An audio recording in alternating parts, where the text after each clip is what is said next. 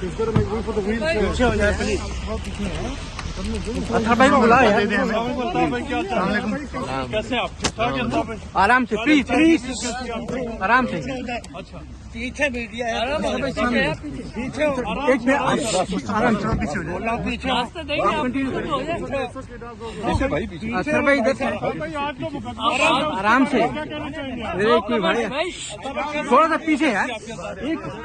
جو مقدمہ چل رہا ہے اس کے بارے میں کیا کہہ سکتا ہوں.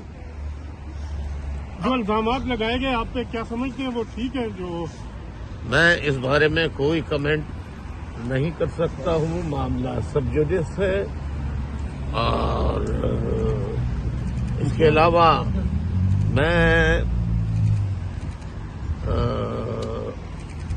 ایسے کڑے مشکل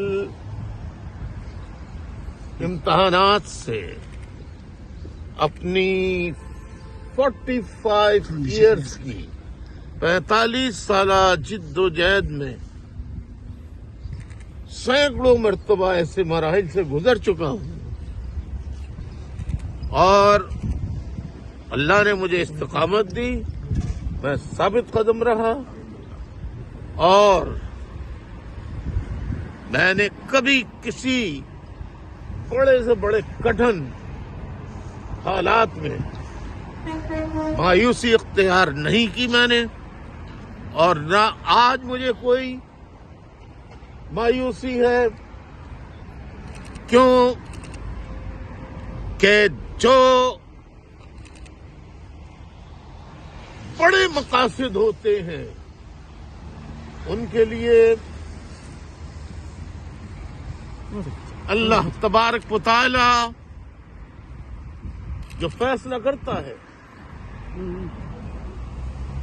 وہ اس کے عمل اور اس کے کردار کو دیکھ کر فیصلہ کرتا ہے. الطاف بھائی آپ کی صحت جو ہے اجازت دیتی ہے ٹرائل کا سامنا کرنے کے لیے؟ میں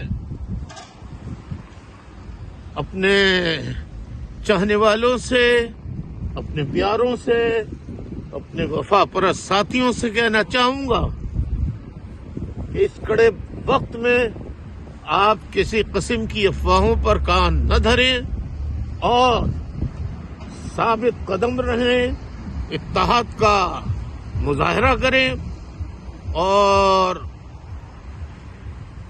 دعا اللہ سے کریں.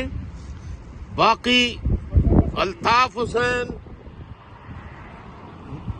نامی جرت، ہمت اور ثابت قدم رہنے والے کا ہے. الطاف بھائی آپ کی صحت اجازت دیتی ہے ٹرائل کا سامنا کرنے کی؟ صحت اجازت دیتی ہے؟ کیا کہیں گے اس وقت پھر کراچی میں وہ ٹارگٹ کے لیے سارا کام شروع ہو چکا ہے؟ ایک زمانے میں کراچی میں اس وقت ماں سوائے نیک خواہشات کی I cannot say any word regarding the present situation of Karachi کہ کیا ہونا چاہیے، کیا نہیں ہونا چاہیے. ویل وشز میں پریزنٹ کر سکتا ہوں، دعا کر سکتا ہوں، اور جو وہاں پر موجود پالیٹکس میں جو کام کر رہے ہیں اور جو جماعتیں وہاں پر موجود ہیں ان سب کی مشترکہ کوششیں ہونی چاہیے کہ پاکستان کے سب سے بڑے اکنامک سٹی اس کی ترقی، اس کے امن